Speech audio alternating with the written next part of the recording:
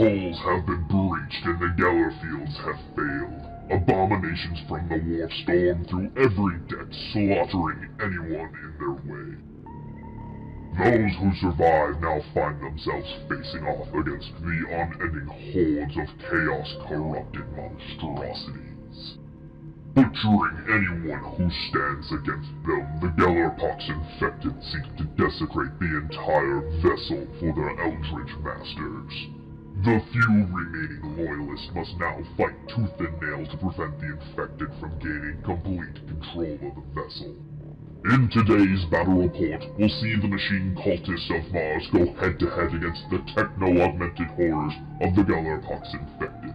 Will the AdMech be able to save their precious god machine, or will it fall to ruin and rot like so many before it?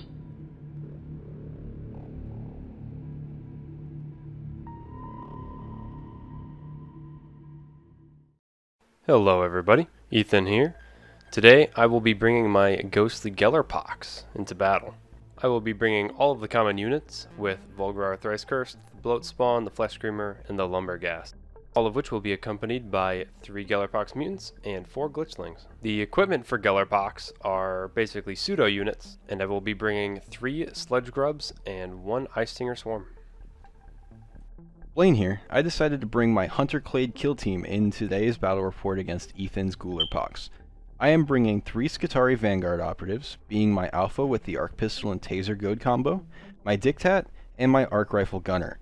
Along with that, I'm bringing 2 Skitarii Ranger operatives, being my Surveyor and the Plasma Caliber Gunner. Finally, I'm bringing 5 Sicarian operatives, which include 4 Ruststalkers equipped with Cord Claws and Transonic Razors, and 1 Infiltrator equipped with a Stub Carbine and Power Weapon. Moving along to my team's equipment, I choose to equip both my gunners, my Alpha, and my Surveyor with uplinked vid feeds so they don't get worsened shooting when going on guard here, as well as Mechadendrites to my Infiltrator, a Servo Skull to one of my Ruststalkers to help open some hatchways, and finally enriched rounds on my Dictat for some extra firepower. In today's battle report, Ethan and I are battling it out on Vault with the Secure mission type. Now with Secure, you have to spend an APL to take the point or secure it, and then at the end of the turning point, you get a VP per objective that your team has secured. Do note that these objectives stay secured for your kill team until the enemy team secures it themselves. For the beginning of the setup phase, I'm going to take my first barricade and put it on one of the closest points, just close enough that I could have a unit move their full move and skip behind the barricade.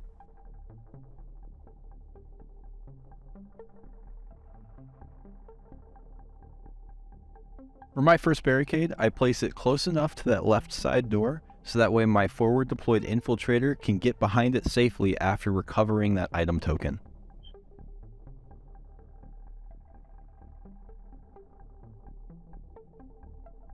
My second barricade is going to be very similar to my first, with it being just close enough to the door, but also giving me some defensive options to protect against some shooting.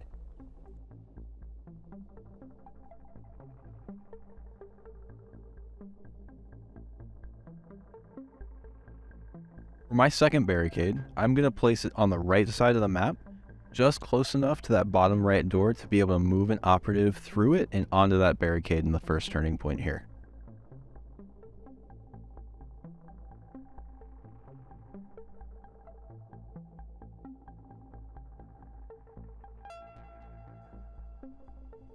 Before we deploy our operatives here, I spend 1 CP for concealed position. On Into the Dark, this allows me to do a normal move and or operate hatch action with one of my infiltrator operatives at the beginning of the firefight phase. When placing my first group, the only thing that really mattered was putting Vulgar in the middle there. With his torrent, I kind of wanted to get an opportunity to maybe flame down that hallway.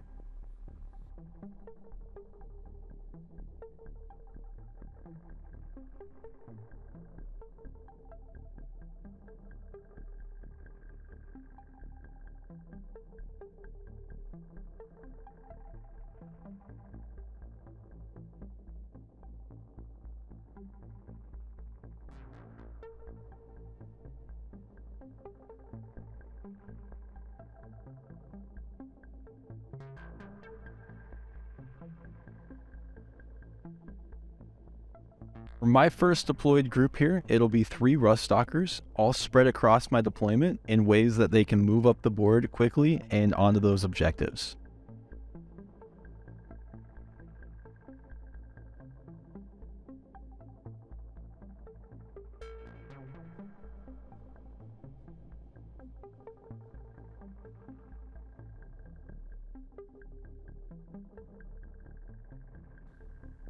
For my second group, I have 2 Hulks, and I put them on my right side just so that I can get the Lumbergas in there to maybe get a good charge in that open space, and then backing Volgar up with a Mutant.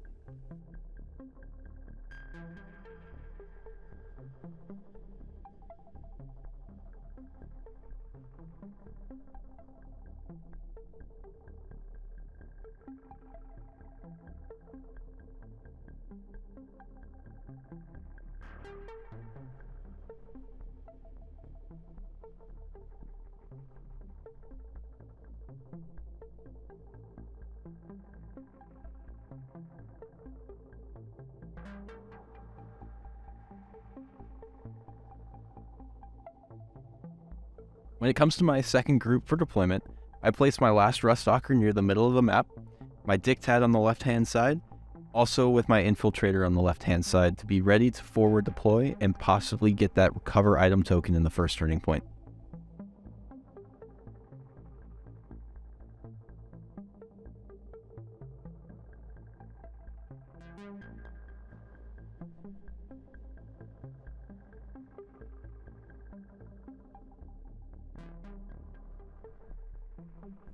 Lastly, I put my Flesh Screamer on the left side to kind of control that room.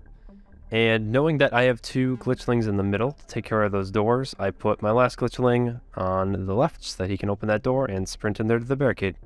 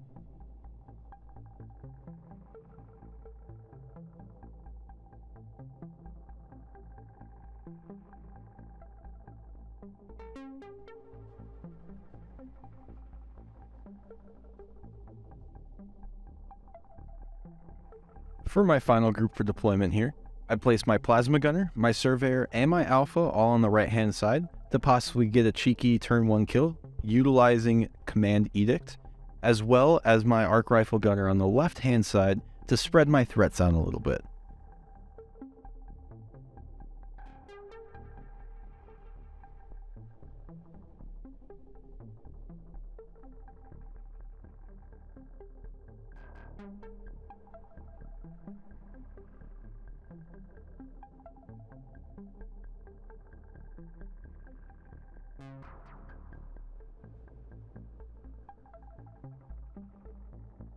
As we move on to scouting here, Ethan and I both fist bump for good luck, of course, then both reveal 3 dice to signify our choice of recon.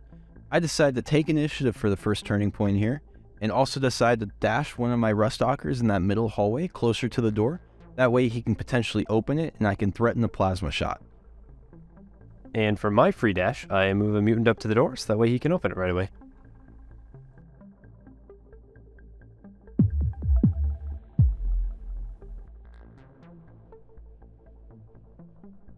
Hey, this is Ethan. I am taking my Gellerpox into this battle here of Turning Point 1.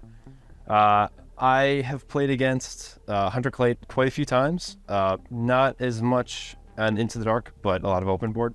So I'm familiar with what they can do and kind of what they emphasize their strengths in. I didn't limit their equipment because I Didn't feel like it mattered a whole lot, and I really wanted to save my CP for things like barge and stuff later on, which are really important in Into the Dark when I need my hulks to be able to move sometimes. I took my faction attack up 3, which is Tech Infect. It's super easy one here. I'm going to get at least 1 point, and then if I can sneak up and just snag it at a different point later on, it's pretty easy to get the 2 VPs for that. And then I took Eliminate Guards and Executioner as well. Very safe for Gellerpox to at least get 1 point on each of those. And historically, that's been pretty good for me. Not too worried about a lot of the Sicarians. I'm hoping Bulgar can do some melee this time and get some kills on them. Otherwise, it's going to be a lot about just getting the glitchlings to open the doors and using the mutants for that as well. And try to get my mutants up the board, hopefully or my hulks up the board, hopefully in the middle a little bit, but we'll see. All right, going into this first turning point against Ethan's Gellerpox here, it's looking interesting for sure. I'm afraid that he might get off a weird charge or something with his Hulk in the first turning point, but I'm going to try my best to avoid that. Otherwise, I've got a recover item I'm going to reveal right away and get that forward deployed infiltrator through that door. Potentially, in the first activation here of my turn, I'm going to be able to get him up to the marker with a dash where he is after the forward deploy, back behind the barricade I placed in that same room. So I should be able to get that out of the way and be able to score 2 easy points on that recover item. Otherwise, I've also got my Ruststalker with the Servo Skull on the right side of the map in that near that open room. So that way he can open that door, get through and on that objective, secure it right away. And then turning point 2, I plan on revealing plant transponder and getting that first plant transponder token in that room as well. Right on that midline, and then just trying to back him up with the plasma if he gets charged. So it should be a lot of easy tack-up scoring right in the first couple turning points here. The biggest thing I'm worried about is him getting those hulks up and kind of killing off my Ruststalkers before they can do enough damage. Otherwise, I'm just gotta try to play the field and maneuver around those hulks as best as I can. So I'm nervous, but ready to do this. I choose to have my aggressor imperative active for this turning point, which will let me reveal my first tack up of the game here. Faction Tack Op 2, also known as Calculated Eradication. I also follow up by revealing Recover Item, and place that Recover Item token in the middle room, where I plan to be in the first turning point here. Moving into the firefight phase, this is when I can go ahead and do my full move or operate hatch action with my infiltrator, which will allow him to get up to that Recover Item token in the first turning point. For the Gellerpox, I reveal no tag-offs, or strategic ploys, or tactical ploys. And I decide to move Volgar up the middle, so that way he has some offensive pressure to keep Blaine from really charging through that door. My first activation of turning point 1 is to move that far left Ruststalker up to the objective and secure it for my kill team. For my activation, I move my first glitchling up onto the point, and he's going to secure it.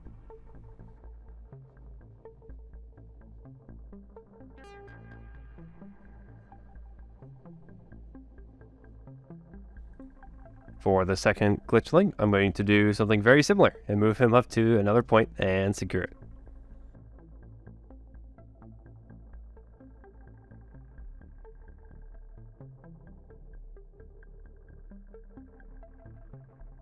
For my second activation, I go ahead and dash my infiltrator that was forward deployed up to the Recover Item token, pick it up for free with Mechadendrites, and then full move him back behind the barricade to safety.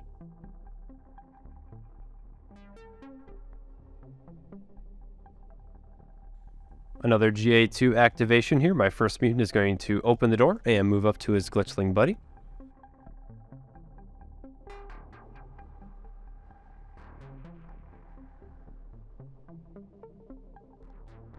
My mutant on the other side, however, is just going to open the door and then pass.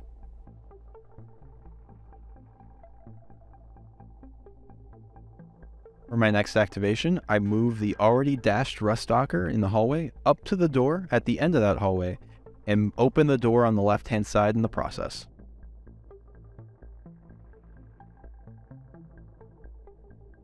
Thanks to my mutant, my glitchling is able to move on to the point right behind that barricade and secure it.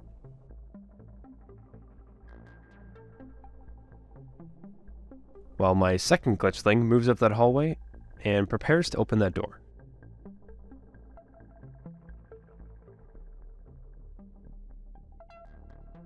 I follow up with the Ruststalker on the right hand side, using the servo skull to open the door for free, moving on to the objective, and securing it for my kill team.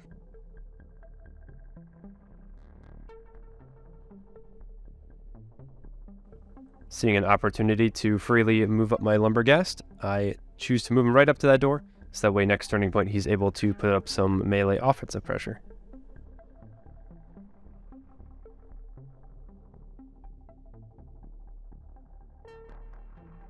I perform a normal move action with my arc rifle gunner using the extra inch of movement with aggressor imperative to get him onto the middle objective on my side and secure it for my kill team using the second APL.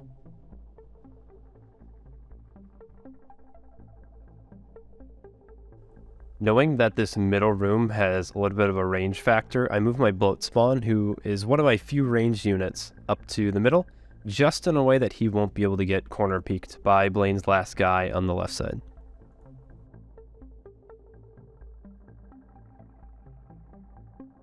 For my next activation, I perform a normal move action with my Dictat to get him close enough to give an APL to my Ruststalker on the right hand side.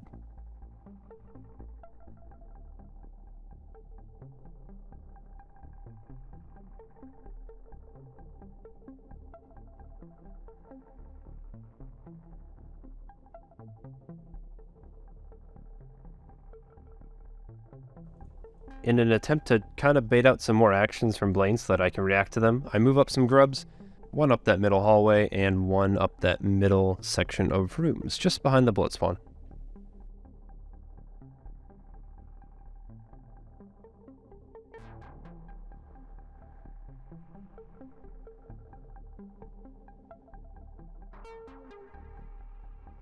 Using the extra inch of movement from Aggressor Imperative, along with the extra APL I gave that Ruststalker, he's going to move up to the door and open it. Despite being GA2, I only have one mutant left, and I'm just going to move him right up behind Volgar to provide some cover.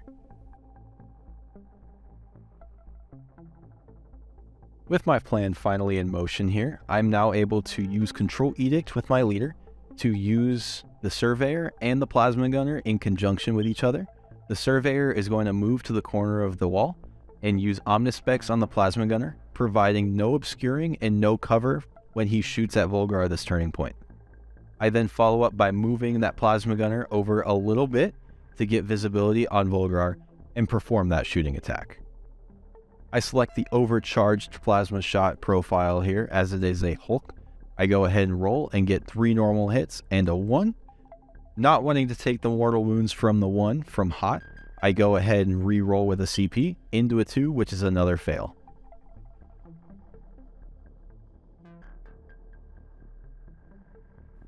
Despite only having 1 die for that plasma shot, I will take the crit save.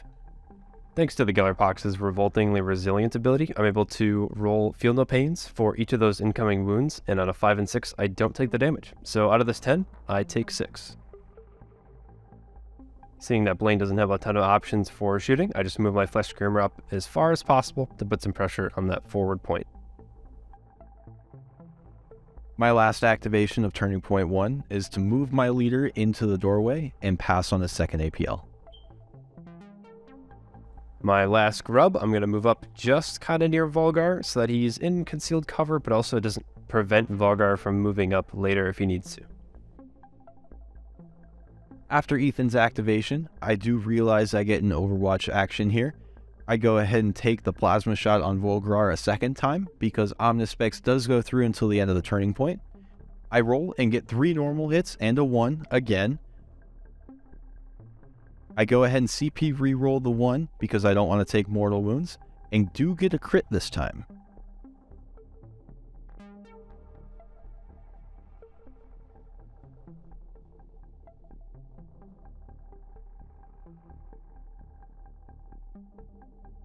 This time I'm not so lucky on my save, and my Revoltingly Resilient only saves 6 out of the 21 hits, meaning that Volgrar will go down.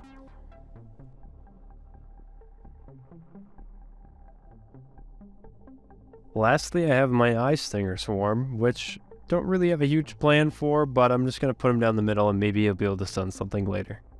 Moving into turning point 2 here, we both roll off for initiative. I roll a 6, Ethan rolls a 1, and I decide to take it for turning point 2.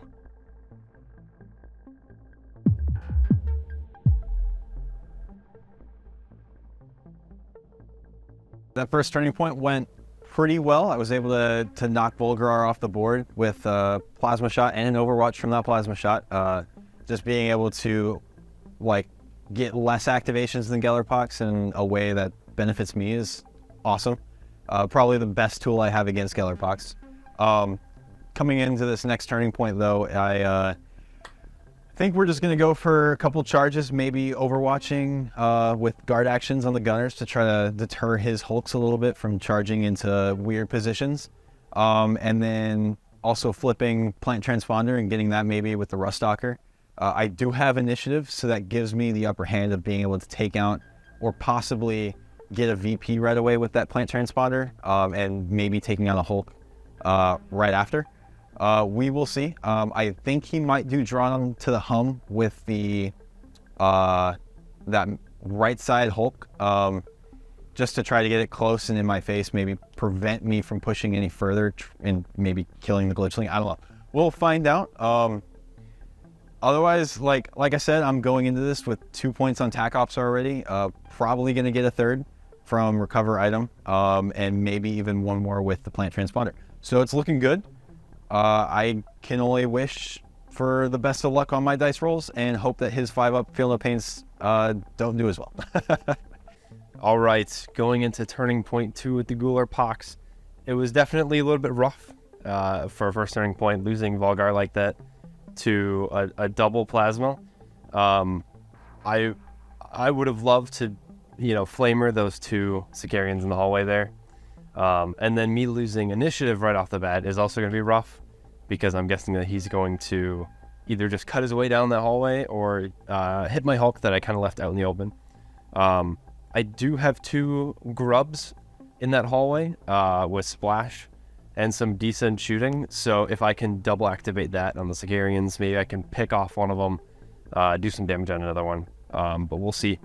I'm feeling pretty good about my TAC Ops yet. I think I'll be able to get Tech Infection on all 3 points that I currently have right away with my glitchlings and stuff like that, so should be fine. I'm obviously not out of it yet, and there's still a lot of bloodshed that's about to happen in this second turning point. I do score 3 victory points off of primary objectives, as well as 1 from recover item, and 1 from my faction TAC Op calculated eradication. Moving into the strategy phase of turning point 2 here, I decide to change my imperative to Conqueror's Imperative. This will give me a free reroll in any combats that happen this turning point. I then decide to spend 1 CP on Accelerated Agents, taking me down to 1 CP total. This will allow my Rust Stalkers a free fight action and 2 fight actions per activation here, hopefully being able to get some damage in on those Hulks this turning point.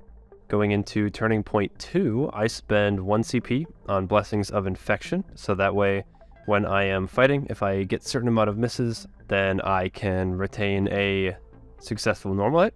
And then I'm also going to do Rust Emanations, so that way in engagement range of any of my Gellerpox, Blaine's units are going to be considered injured as far as combat goes. For my TAC Ops, I'm going to reveal Eliminate Guards, meaning I have to pick one of Blaine's guys on one of the objectives and eliminate that unit by the end of the turning point. And I also reveal Executioner, and I figure I gave Blaine enough bad situations that he wouldn't want to run right away with that Rust Stalker on the bottom right. So I decided to pick him, and with my Flesh Screamer being my Executioner. So hopefully I can get 2 TAC Op points for that.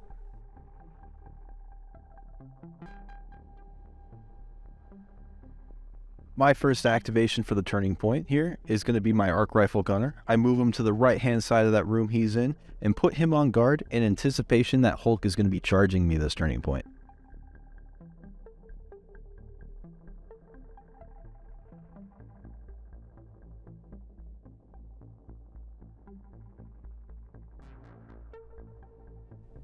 Seeing this golden opportunity to take out that Rust Stalker I had targeted earlier, I move my Flesh Screamer right up with the charge, and we fight.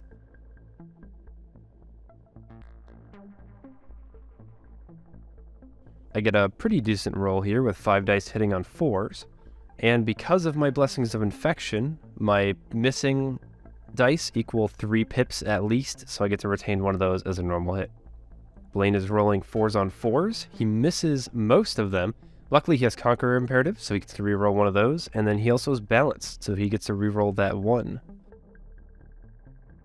It's a good thing, too, because Blaine does get to retain one of those missed hits. Because I'm the attacker, I'm going to choose to parry out Blaine's crit with mine, and then he hits me for 4 damage, and then I hit him for the remaining 15 damage. Of my 4 damage, I only save one of them, so I take 3, putting him at 15.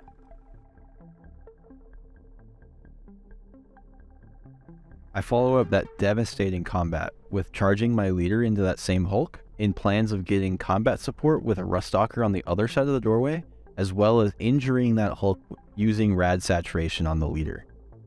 I really didn't think I'd get a chance to do this activation as well, but I had this pre-planned up a little bit. I'm going to move one of my Sledge Grubs up, and he's going to Acid Spit essentially both of those Rust Stalkers.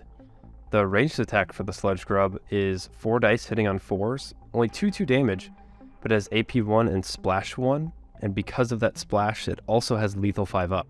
Now, we had missed the dice cam footage for this one, but I hit the Rust Stalker on the right and got him down to 7, which means I had 2 Splash, and then I had done 2 damage to him. And because of that 2 Splash, I also did 2 damage to the other Rust Stalker. I move up the second Grubs very similarly, and we almost missed the footage for this one as well, but we retained our dice. I hit him actually just enough times, even though he does a CP reroll, to actually kill that Rust Stalker and do another damage onto the other one. I definitely did not see that double slug activation coming, and I probably should have moved the Rust Stalker away from that doorway. But man, was that brutal. Fortunately for me, one Rust Stalker did survive, and I go ahead and follow through with my plan to open that doorway on the right-hand side and fight with that Hulk for free. I go ahead and roll. I get 3 hits and a crit, and a 1. Ethan rolls into a single hit because of injury.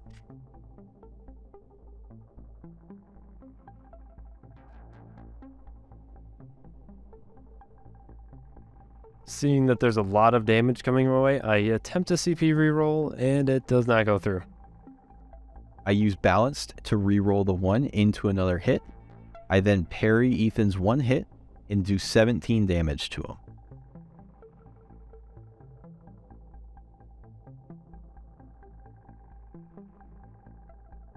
Now 17's a lot of damage, but not when you have Revoltingly Resilient, because I saved 10 out of this 17 here.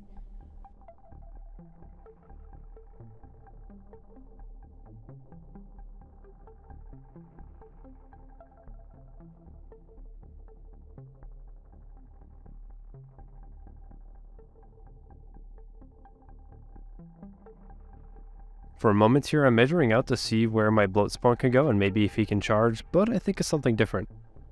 I need to give my Lumberghast an opportunity to move up and maybe charge, so I use my first Glitchling to open the door next to him.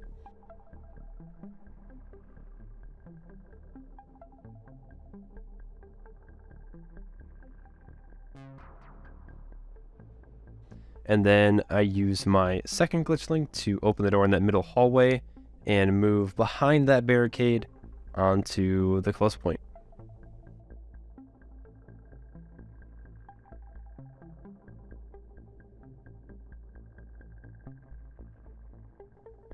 In response to Ethan moving up on that door, I go ahead and back off with my Rust Stalker to prevent him from being one-shot by the Hulk.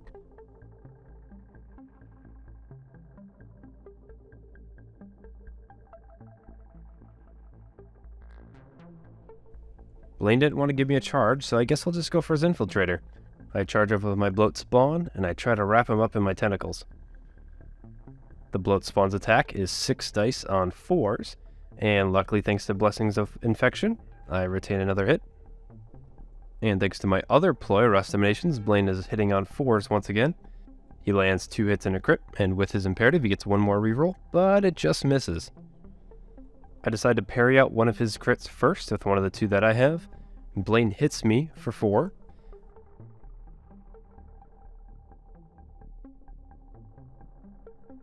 And then I parry out his last hit there. It's going to seem a little weird here, but I don't hit him for the full 10 damage to kill him, because I don't want to get overwatched from his gunner there. So I just hit him for 7. And lastly, my Revolting the Resilience doesn't save anything here, so I take the full 4.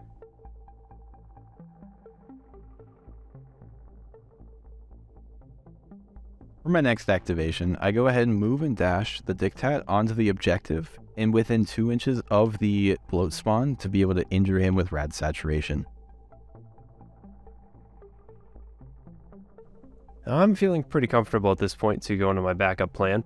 I've revealed my Faction Tac Up 3, which is Tech Infection, which basically means I just need to spend an APL on a unit to infect a point, with my goal being 3 for the first point and 4 for the second one. Because I'd set this up a little bit beforehand, I just repositioned some of these glitchlings and Tech Infect these points. Knowing that I can take full advantage of the situation, I go ahead and perform a fight action with the Infiltrator that is in engagement range with the bloat spawn. I roll a crit and a hit. Ethan then rolls into a crit and 3 normal hits. I reroll one of my fails back into a fail, unfortunately.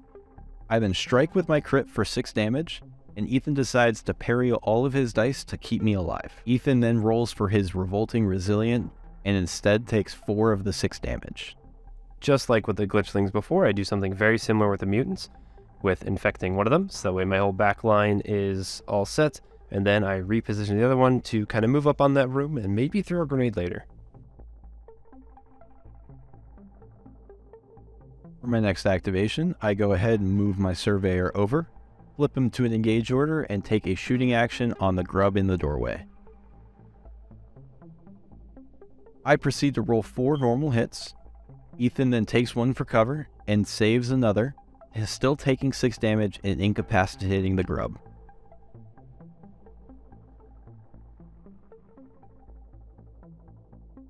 So I'm running out of options of what I can really do here. I move my last grub up just in the hopes that maybe he can do something similar on those 3 in the middle there if they end up living. I then activate my Plasma Gunner and move and dash him to the corner of the wall in anticipation of getting an overwatch on that Hulk if it moves through the door. Blaine isn't able to move up far enough with his plasma, so with my Lebergast, I just move and dash him up as far as I can so that he's just on the point, but he's also out of overwatch range.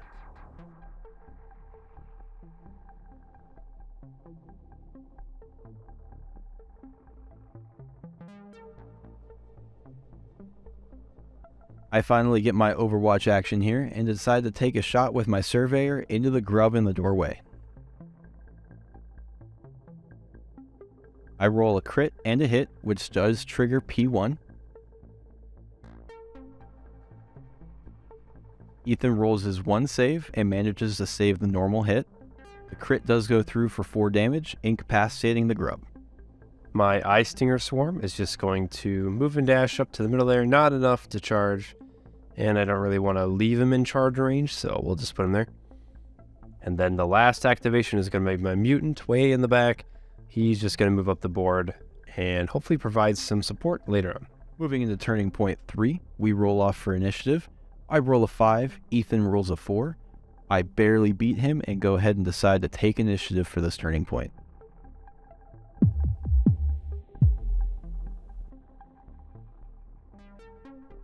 Going into turning point 3 here against old Gellerpox. It's not looking good. I've got 3 Hulks on 3 different fronts. Down 2 melee ops already, the Sicarians. But, you know, we're going to hope for the best. We're going to reveal Plant Transponder this turning point in hopes of dual activating the leader and Rustalker on the right side of the board, killing his Executioner target with possibly a double fight ploy, and then pushing up my leader to Plant Transponder on the right side of the board. Otherwise, I don't know what else I'm going to do on that left-hand side. We're just going to try to hope for the best and maybe plasma a Hulk and potentially one-shot it. We'll see. Who knows? It could be a really good roll. So otherwise, I definitely am not. I don't think I'm getting the second point for my faction attack up, and I may end up losing an objective in this turning point. So we'll just have to see how it goes. And blessed be the Omnisiah. Man, what a turning point. I'm sure you guys just heard Blaine say a lot of, if he does this, I'll do this. I can do this, this, this, and this. Which is the best part, because that's exactly where I want Blaine's mindset to be, because that's when he makes mistakes. And that's when I could just capitalize on it. But so far, like, he didn't do the things I expected him to do, to put me in a bad spot. So I got to really move up the board. And I don't really have a plan. But he thinks I've got a bunch of plans, especially on, I've just tied him up with some hordes. So, really, I can get at least 5 points on my attack ops easy. I can delay him this third turning point. By the fourth turning point, he'll be too slow to really do a full lot else, because I just throw everything at him. And by then, I'm probably beating him by maybe 1/4 or something like that. But the fact that I'm already this far up, I'm fine with it. So, I'm pretty hopeful for third turning point.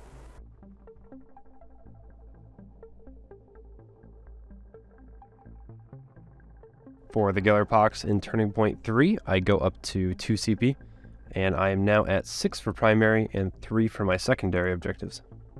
And in my strategic phase, I'm going to spend 1 for Rust Emanations again for that injury. And as my Eliminate Guards target, I pick Blaine's Interceptor. Going into Turning Point 3 here, I ended up scoring 3 off of main objectives for Turning Point 2, as well as 1 from Recover Item on TAC Ops. I also gained 1 CP for the turning point, going up to 1 total in my pool.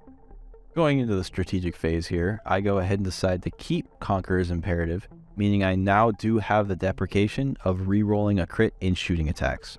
I then decide to spend my last CP on Accelerated Agents once more, and hoping that I can kill some Hulks with my Ruststalkers. In the target reveal step of this turning point, I do reveal my last remaining TAC op, which is Plant Transponder. Hopefully I can get 2 points off of that in the last 2 turning points here. The first activation of Turning Point 3 here is going to be the Ruststalker on the right side of the board that is engaged with the Flesh Screamer Hulk, in conjunction with my Alpha due to the Control Edict ability. That Ruststalker is then going to perform a fight action on the Hulk it is already engaged with. I roll 4 normal hits and a 1. Ethan rolls 2 crits. I then use Balanced to re-roll the 1 into a crit myself. After I decide to parry with my 1 crit, Ethan then strikes with his 1 crit remaining, dealing 6 damage to the Ruststalker. I then strike with the remaining 4 hits on my side, dealing 16 damage to the Hulk. Ethan then goes ahead and rolls his Revoltingly Resilience for the Hulk, and ends up still taking 11 damage, killing the Hulk. With my Flesh Screamer down, I do see an opportunity to use Putrescent Demise, which will instantly kill that Ruststalker. Now, at the time, we initially had recorded it as counting for Executioner, but Orion later gave us the FAQ we needed to declare that it was not a point for that. I then activate my Alpha immediately after, due to the Control Edict ability. I perform a shoot action with the Alpha onto the mutant that is in front of him. I roll 3 normal hits and 1 fail.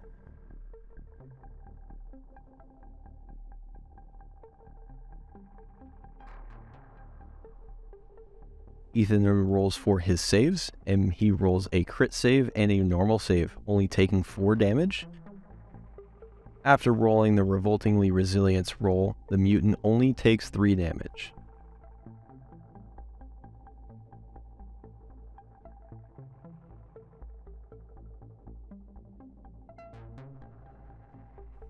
Before Blaine has the chance to deny me this point, I'm going to take my first Glitchling on the left side here and push him all the way up to get the second point for my Tech Infection TAC op.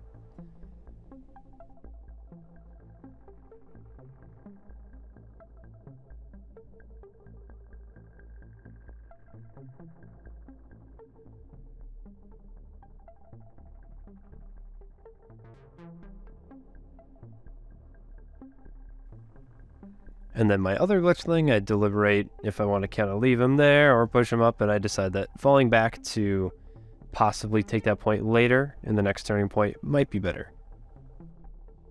Over on the left-hand side of the board, I go ahead and move on to my next activation, which will be the Plasma Gunner. I move him around the corner to draw visibility on the Lumberghast Hulk. I then use the overcharged profile and make a shooting attack on that Hulk. I roll and get 2 hits and a crit, but because of the deprecation of Conqueror's Imperative, I have to re-roll that crit and end up still getting a normal hit. Ethan proceeds to roll his 1 defense save because of AP2, and it is a fail. Because of the revoltingly resilience on the Hulk, it ends up taking 10 of the 15 damage. Seeing a prime opportunity, I finally get to use my Lumberghast and his spike charge ability. So by charging, I get to do a D3 mortal wounds to every target within his charge range, which will be both the Dictat and that Infiltrator.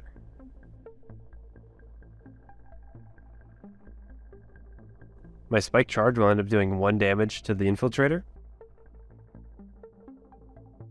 and 3 damage to the Dictat. And then I decide it's finally time to kill the Infiltrator, and I get him with 3 crits. He's definitely dead. Now seeing that the bloat spawn is no longer within engagement range of one of my friendly operatives, I proceed to activate the Arc Rifle Gunner. I move him slightly around the barricade to prevent the Hulk from getting a cover save and perform a shoot action. I roll 2 normal hits and a crit. Again, because of the deprecation of Conqueror's Imperative, I must re-roll that crit. And look at that, I end up rolling into another crit. Ethan then rolls his 2 defense saves here because of AP1 on the Arc Rifle. He ends up failing both of those defense saves, and fortunately for me, enough damage goes through after Revoltingly Resilient to kill the Hulk. I do almost miss this interaction here, but I do shoot his Arc Rifle with my Sledge Grub in the middle there, and then end up charging. It looks like I do a 2 damage total.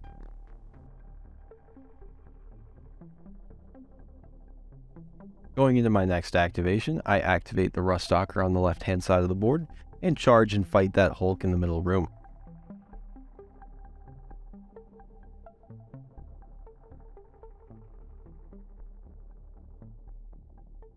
I end up getting 4 normal hits and 1 fail.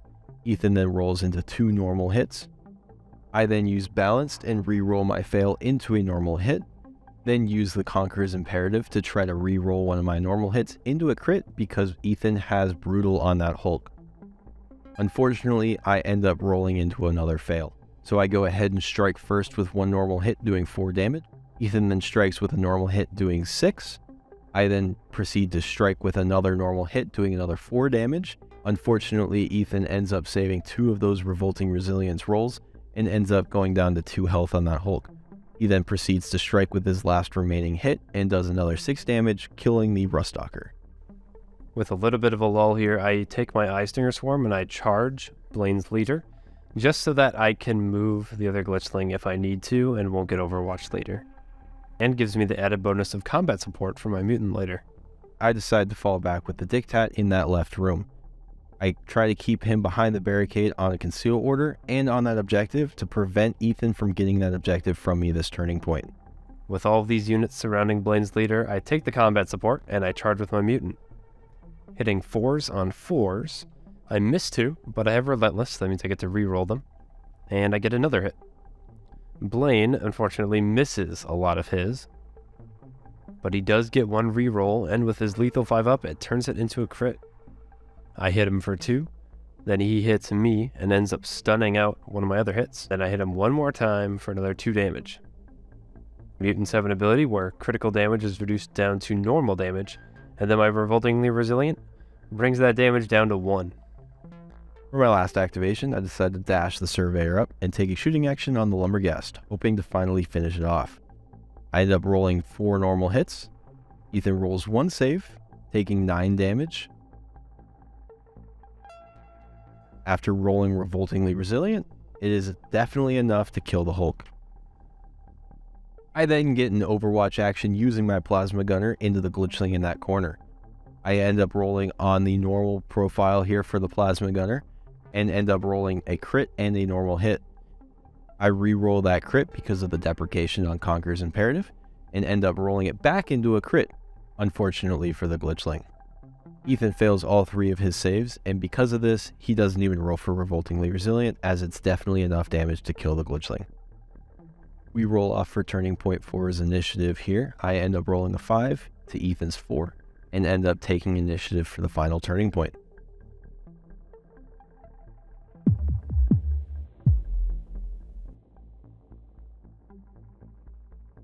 So heading into this fourth turning point, it's not looking good, but I don't think I can win this. It would have to be a weird situation in which I win this, and I don't think Ethan's gonna let me have that. The best I can do is prevent him from getting my objectives, which who knows, I might be able to do.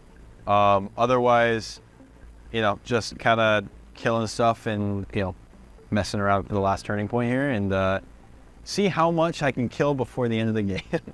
I do have a possible plan of giving my surveyor another APL move, dashing through the door into the room, the big room with the 2 objectives in it, and possibly getting plant transponder if he moves his operatives in a way that allows me to do that. Not looking likely, but he may not see it coming, and I can sneak a point in there, and then I can just hope that something else happens in my favor. So we'll see. My leader's at 3 health, and he's probably just gonna kill it with a mute and move on. But he's put up a tough fight. I've cleared all 4 hulks, which is a feat in its own, especially when I don't have any melee operatives left. So putting in some work, surveyor killed a hulk, and maybe he might score me another VP. So we'll see. Otherwise, yeah. Guys, I don't know if you can tell, I'm tired. It's just been a long game. Oh man, it's just a lot of thinking. The end gets really, really messy when it's a lot of what ifs and very reactionary. We're getting to the point where it's like a 1 point difference. Either the game gets tied or I win by a point. And I have it planned out, like reactions to what happens, and it's just going to be if somebody whiffs like crazy hard, then it's probably a tie. But this end is probably going to be pretty fast with us both knowing generally what we're going to react to, and there's only so many models left. So we will see. I go into the final turning point, having scored 3 off of primaries once more, and none off of secondaries this time. To start the turning point off here, I decide to switch up my imperative back to aggressor for the extra inch of movement. Note that the deprecation is now in effect. Now I cannot retain any cover saves. I do also decide to not spend my CP and save it for a reroll. Turning point 3, I'm up to 9 victory points for my primary, 5 secondary, and I use my last CP here that I just got for Drawn to the Hump, which lets me move any units within 6 inches of a objective marker with a free dash, dashing both my mutant and my glitchling, so that they're contesting this point right away. To start off the activations, I decide to use my arc rifle gunner to fight the slug that's in engagement range.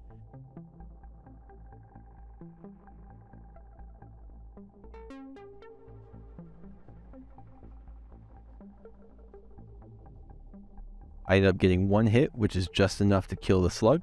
Upon incapacitation, the slug does blow up and inflicts a mortal wound on each enemy operative within 2 inches, as long as Ethan rolls a 4-up for each of those operatives. For my arc rifle gunner, Ethan does not roll a 4-up, but for my dictat on the left-hand side, he does roll a 6, which does inflict a mortal wound on him.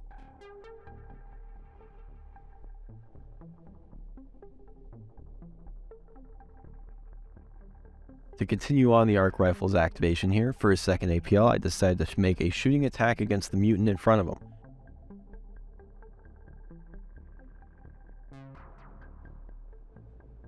I roll 2 crits and 2 hits with AP1 and stun. Ethan rolls his 2 saves and fails them both, fortunately for me. Because Ethan's mutant does not take crit damage, it is going to be a total of 16 damage going through. Ethan rolls his resilience rolls here for the mutant, only saving 2 of the 16 damage going through, killing the mutant and taking him off the board. A bit of a risky move, I use my mutant to fight Blaine's leader again, hoping for a crit. Now my first batch of rolls, I miss everything. But in my second batch, I land at least one of the crits I needed to do 3 damage and finish him off.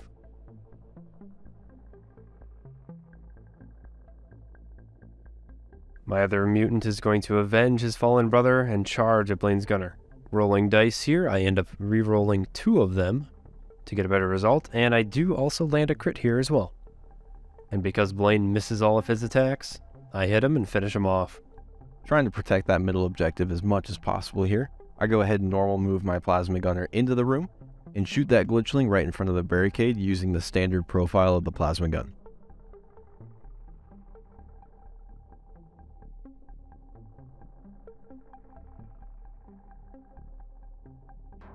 I end up getting 2 normal hits. Ethan fails all of his defense saves and all of his resilience saves, taking the glitchling off the board.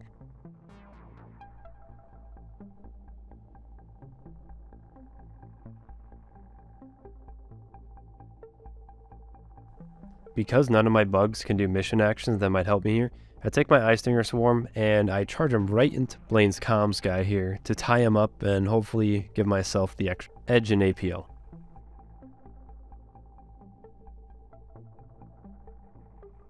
In a last-ditch effort to protect my right side objective from being taken, I decide to perform a fight action upon the fly that's engaged with my surveyor.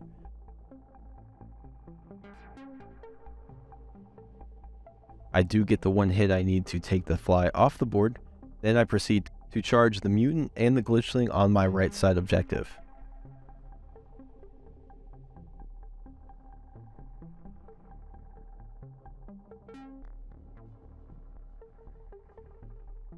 Now this next turn is really important for me here. I have just enough positioning to where I can get this glitchling onto the point and secure it for my team.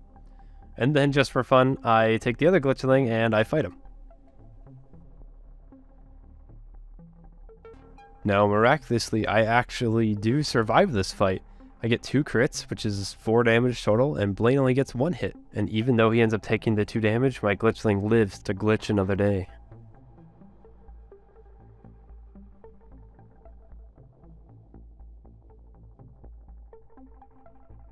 For my last play of the game here, I decide to activate my Dictat, and in correspondence with activating him, I choose to use 1 CP for Motive Force Vitality, which allows me to heal that operative a D3 Lost Wounds. That does get him above injury, and with the extra inch of movement from Aggressor Imperative, allows him to normal move onto the back objective and secure it for a second APL. Man, it was a close one, ladies and gentlemen. Hunter Clade coming up with 12 primary VPs, 4 secondary, had 3 out of 10 models remaining, ending at 16 points. While my Gellerpox primary 12, tied him for that. Secondary beat him by 1. Models remaining, 4 out of 15. Barely beat Blaine at 17. Hey guys, welcome to the post-game discussion between the Gellerpox and the Hunter Clade. What a game. What a game, dude. That is, I think, the most interactive game I've had with Gellerpox in a very, very long time. So it was a lot of, I think there was a lot of stuff that I did at LVO that I tried to implement here. Obviously my attack ops are very predictable. yeah, I mean, you play almost the same ones a lot, especially against a team like Hunter Clade. You know. But I know I can almost always get 5, with Executioner being the exception. Yeah, Because basically it's reliant on you keeping a model. and I don't want to keep models alive because that's not only the Gellerpox. If you want to be aggressive, it's hard. Yes, it is. Especially when everything is melee too. So Exactly. So, you know, you're getting hit back just as hard as you're dishing it out. So, but yeah, I felt like this is one where I didn't have to rely on the mutants as much. Obviously, Volgar didn't get to do anything. He got to open the door, which did help. it did help. Because otherwise I would have missed the point. Because I positioned some stuff wrong. But the slugs came through. Honestly, I should have just went with the initial plan and just slice and dice down that hallway. If you cut down that hallway, it would have been a grub dead, a glitchling dead. I would have had, I'd basically no backup plan if you charged down the hallway and took it with full. I mean, fuck, Yeah. because split down the middle with 2 of them there. They kind of start. Yeah, your Hulks are already forward. having your backline is kind of sliced away with rust daggers. Luckily, you were really worried about my my bloat spawn because he had tied up one of your guys over there. Yep. I basically had no plan for him. Really? Other than put him up there and confuse you and try to make you Do something else? Okay. stall you to not move up. Because basically Gellerpox, I just throw waves at you. Yeah. So the longer by third turning point, they're still alive. We're spending time trying to kill them. And I had mentioned it when we were playing too. If there's Hulks still alive by the third turning point, I feel like you're not doing something right against Gellerpox, because at that point they've done their job. They've allowed your smaller stuff to push far enough forward that I can't get behind you. Yeah. I got lucky killing some rust stalkers trading after they had killed something else. So they were getting 2 kills and like some damage on somebody else, which was great. And that's exactly what the Hulks need to do, is to give me room to position, do tech infection, give me my attack ops like right away, and then I can just stall a game. Yep. And it worked. It's exactly what you did. And I'm not gonna lie, there were a few moments that I had probably planned too much, because I anticipated you looking at like the board and your board control and like realizing something that you could have done to put me in a worse position, and then you didn't end up doing that, or you did like a weird like way around doing that. Yeah, and it kind of threw me for a loop. But at the end of the day, I mean, you still won the game by a point. There wasn't anything I could have done. Right. And man, Brett and Nate were freaking out too. They were stressing out because we weren't doing things. Maybe it was just me not doing things I should be doing, or like not doing them right away. Yeah, I feel like it was probably the same thing on my end too. Just me thinking I had to do something else, expecting you to see the faults that I had put myself in, which a lot of the times didn't come into play until later in the turning point. And I was just like, oh, okay, I didn't actually need to react that quickly to a situation. Specifically, that bloat spawn. That, at the beginning of the turning point, I sat down for like the post or the pre-turning point talk, and I was like, okay, I either need to kill this Hulk or deal with this Hulk somehow. And this Hulk was far easier to deal with, because otherwise you were possibly double killing. Yeah. With one, the cleaving strike or lopping blow. Which I could have double fought. And my biggest concern here was that you were gonna fight, kill the infiltrator, and then just charge these two and block them up. Yes, because I'd chosen the infiltrator as my exactly execution as well. So I actually used that a couple times to make a situation that would have been like a 60-40, more of a 50-50. Yeah, like where I have to do one thing and just hope for the best on the other side. Yeah. And that's exactly what you did, except after killing this Hulk, you just didn't do anything there. I was like, oh. And then you charged with this Hulk into this room, and I thought you were gonna double charge here. Yeah. And kill the Ruststalker and the Plasma. And so I was like, why didn't he do that? Like that would have been what I would have done. Just to tie up to go over here and tie up them. Plasma, tie up Arc Rifle, and they are behind me with that Hulk. And then there's no way that I can get to this point to re-secure it if you push a glitch set through. Right, which I did push a glitch flame there. Yeah, I guess I could have done that. My main goal was just to get the other attack off point, and then to give myself a better edge in this room later. Yeah. And luckily, you would push these guys so far back that I knew it was going to take you too long to push them to get on this side. But it worked out with me killing your Ruststalker anyways. Yeah, it did work out, and that's just kind of me not rolling a single crit. That's all it was. Yeah. To be able to parry with your hits, it didn't work out, even with rerolls. So that's just one of those situations where you did all you could, and you still couldn't come through. So yeah, it becomes a lot of what ifs when you get into the I just rolled. And I feel like better. Like I know Nate had mentioned it in the game, very first turning point, when I burned 2 CP on these plasma shots to not take mortal wounds. I probably shouldn't have, because I think I was killing Volgark either way, and I was just greedy. and that burned 2 CP that I could have spent later. Yeah, I was pretty happy to see you burn CP really fast. Yeah. But I understand Volgar, especially with how you set them up in that hallway. Yes, I had him to die. He had to die. And if he didn't, you were pushing down the hallway, you were just flamering him, and then, or you could probably flamer him like from a little bit closer, and then you just move into the next room and get CP on the next turn.